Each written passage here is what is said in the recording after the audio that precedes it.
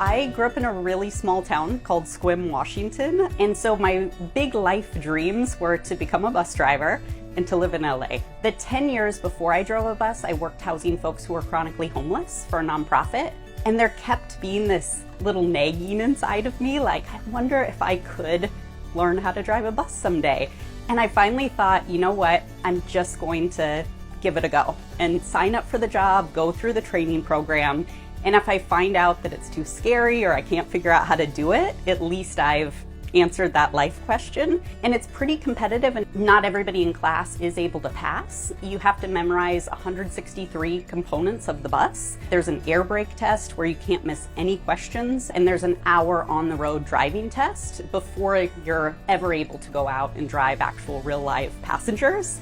And then you work with line instructors for 4 to 5 weeks of driving their routes with them. So there's a lot of hand-holding along the way, but the belief that if you study, if you show up every day on time and give it a go, that it's a really learnable skill.